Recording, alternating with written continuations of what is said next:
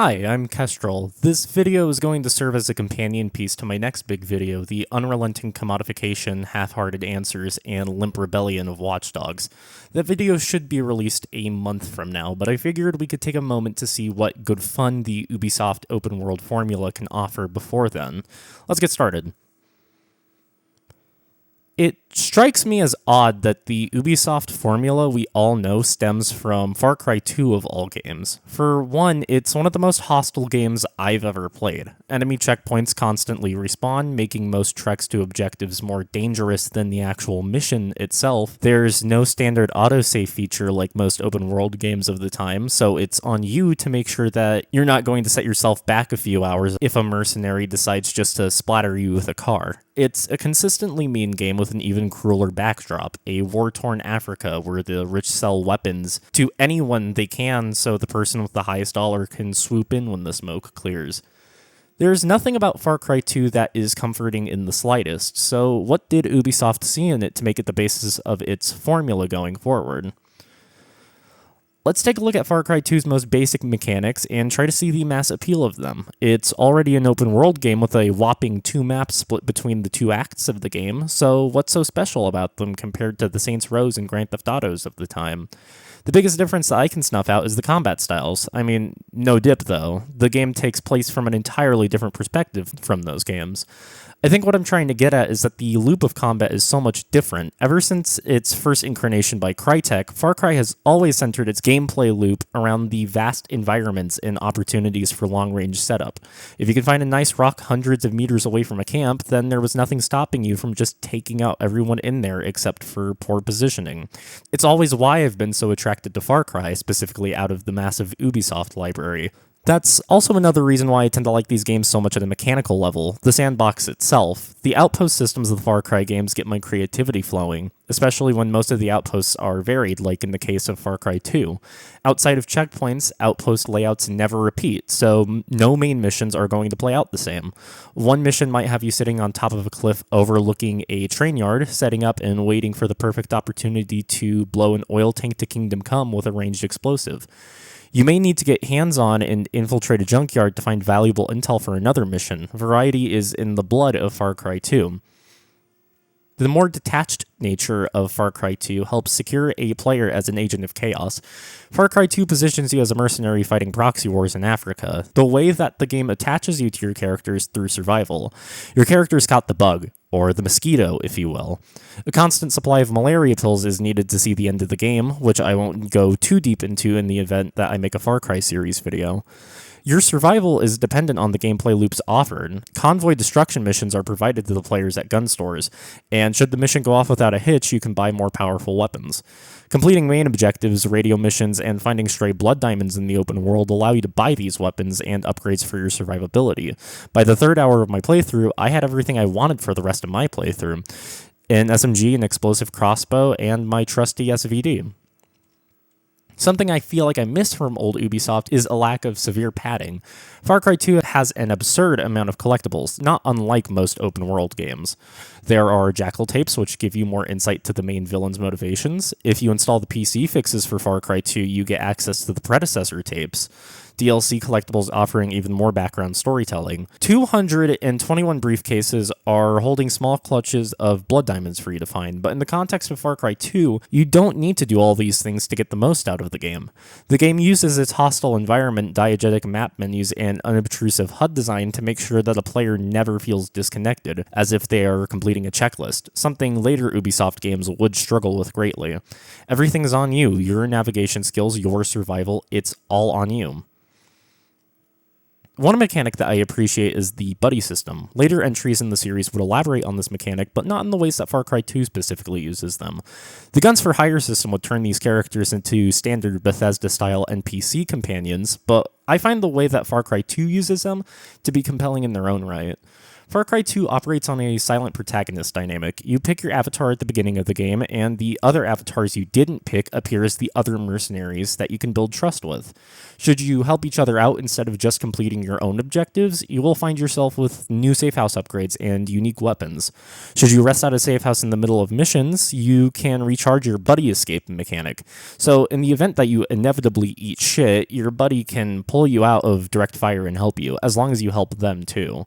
Failure to help them efficiently meets you with a choice: to give them a syringe so that they can keep the fight going, or to let them die.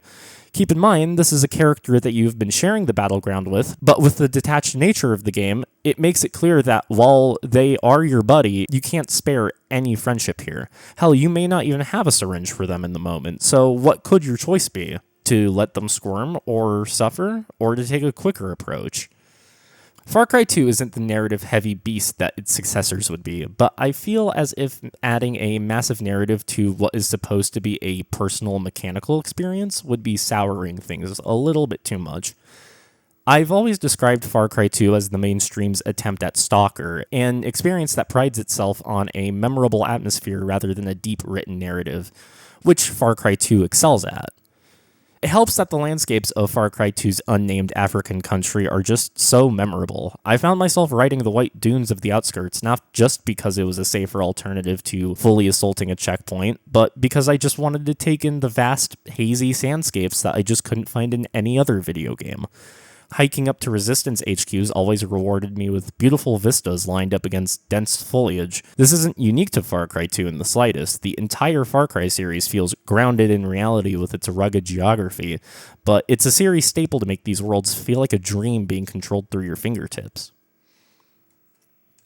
No other game in the series gets this as right as Far Cry 3 Blood Dragon. While it's only a short expansion pack compared to the 12-hour juggernaut that is its namesake, Blood Dragon is the perfect microcosm to explore the Ubisoft open-world identity. Most of the slosh and padding from the base game are expunged, and omitted are things like poorly written side quests and repetitive radio towers, leading the way for a strictly mechanics-first experience with very few story missions. The story presented here is a fun romp in the shoes of Rex Power Cult, a sort of answer to the question, what would Kyle Reese be like if he was a Terminator? That isn't a joke either. One big difference between Far Cry 2 and 3 is the use of a voice protagonist and linear level design for the game's more story-heavy moments. Blood Dragon takes this and runs with it, putting Terminator and Alien star Michael Biehn in the shoes of Rex. Blood Dragon takes the island setting of Far Cry 3's base game and adds an 80s parody veneer over everything. Most characters are lit up with light brights, Tron style. The titular Blood Dragons roam the island, ready to chomp down on anything living. Beams of light tower in the sky, giving way to each outpost in the game in a diegetic way that allows you to not have to look at your menu map. The main objective of Blood Dragon is the story that takes about 1 hour to blitz through, but the rest of your time is going to be spent tearing through outpost after outpost. The outpost gameplay here is similar to Far Cry 2's, but keeping with the evolution of Ubisoft's open world systems, all of the outposts are tied to progressional activities rather than the main story. Complete one outpost and get a couple of assassination or hunting missions to progress your favorite weapons upgrades. Hunting is bog standard in this game, something I wish the series locked in with due to its hunter-prey themes, but the assassination missions are more fun, as they employ dangerous enemy groupings, or sometimes the game will throw in an extra objective, like saving a scientist from their demise. It helps that stealth is also much more robust this time around, allowing players to fine-tune their playstyle to their liking. I'm not going to say that there are a myriad of options for stealth. You get an infinite supply of rocks to throw, although in this case, it's D20s to keep up with the whole 80s identity, and you get silencers and melee takedowns. Nothing too compelling, especially coming hot off the heels of something like Dishonored, but alternating between stealth and action playstyles keeps things fresh for this game's 5-hour runtime. The parody filter that Blood Dragon runs itself through keeps itself fresh. The opening tutorial is a sort of in-your-face joke about how tutorials are getting too intrusive to active playtime. Rex reloads all of his guns with the pizzazz you would expect from an 80s action hero. Most Ubisoft games are poorly written and thought out, but here the bad writing's done on purpose, so the camp is very much appreciated. Alrighty. You need to clear me a path to the reactor so I can turn the power down. I know, Cyber Soldier. Right. Then it's lights out for Sloan. I'll override the control mechanisms and send that baby into overload. Then it's lights out for Sloan. You, said that one already. Lights out forever. Okay. It's the type of game that knows exactly what it is, a borderline Michael Bay flick where the main appeal is blowing up tigers with C4. That's the Ubisoft formula at its best, the allowance of player ability to craft their own stories and experiences within their sandboxes. When their games fire on all cylinders, they can be compelling open-world experiences. From scaling Florence's rooftops swiftly in Assassin's Creed 2 to buying back Rome for the people in Brotherhood, even spearheading an assault against a fascist dictatorship with elephants in Far Cry 4. These games have so much fun in them, so long as they are not packed to the brim with useless collectibles and boring out-of-place activities. This is the main draw almost everyone takes away from the greater Ubisoft experience. Not every game is created with that swift content delivery in mind. Sometimes you'll be climbing towers for what seems like an eternity, and sometimes you'll be doing something so dull and menial like chess or a fucking drinking game QTE because the reward is boosting your bullet time in an already piss-easy game. I'm getting ahead of myself here. Whoops. Most of the criticism towards Ubisoft's use of their formula is completely valid, but when these games just allow you to have fun instead of making you grind content, as if they're too scared to let you just play, they can be really exciting experiences. So that just begs the question, is it just Ubisoft that misuses this formula to this day? Or can the formula be even more exciting in the hands of other developers? The Ubisoft open world formula would scatter like wildfire towards other developers and franchises, and still does to this day. One of the earliest adopters of the Ubisoft-styled open world was 2009's The Saboteur, published by EA and developed by Pandemic Studios. Make no mistake, almost everything in this game was an attempt to try to apply Ubisoft's, at the time, quality of open world to a more contemporary video game experience. It's Assassin's Creed in Grand Theft Auto's clothing. Hell, the first race car you get in the open world is named the Altair, a nod to the series' best protagonist. Fight me. Having AC Light traversal and GTA's vehicle and pursuit systems already figured out, Pandemic was able to fill in the finer details around the gameplay loop. Collectibles would be recontextualized into being the Nazi structures you can blow up around occupied France. Blowing up these structures would be the player's main cash flow, allowing for a tight feedback loop. Blow things up, get money, get more powerful for main mission objectives. Outside of Ubisoft, this tended to be how most open-world games of this variety would play out. If it wasn't money, then it was some type of destabilization meter that would fill once enough red stuff was blown to Kingdom Come. Light stealth was even experimented with before Ubisoft fully implemented stealth mechanics into their open-world games, with a fully functioning disguise system to boot. That leaves us with the question, did the Saboteur do anything particularly groundbreaking with the formula before anyone else got the chance to do so? The Saboteur's big claim to fame was its over-the-top Nazi slang story and the staying power of the imagery presented.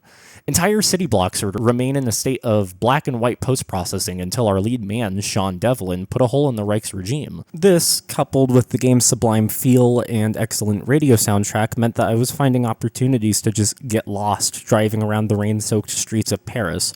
The way the music audio starts as a radio frequency and then tunes into a more standard, crisper audio makes you lose yourself. With the gameplay loop being so focused on quick destruction, it's easy to see yourself getting caught up in countrywide pursuits. Once you put that first bomb down on a radio tower, you rarely want to stop. Sooner than later, I was scaling buildings, turning anti-air guns against the Reich, and slamming rounds into sniper towers and larger-than-life zeppelins. The amount of craft that has gone into the moment-to-moment free play experience is masterful, and it makes sense as to why when Pandemic had a pedigree when it came to creating a robust playground of destruction, with such a tagline being the namesake for their flagship series, Mercenaries. Pandemic doesn't just stop at the Ubisoft formula, or their own creations for that matter. A massive reason why it was so easy for me to get into this game's story was because it takes a Mafia-style approach into introducing you to the life and times of Sean Devlin and company. Sean takes an opportunity in Reich country to try to beat his rival in a race, but things go awry when the accent-deaf Kraut mistakes him for a British secret agent, causing his brother figure to die and the color of the world to fade around Sean. It's a simple revenge story setup, but simple is what I want from a game like this. This is one of the better Irishman revenge open-world games that I have played.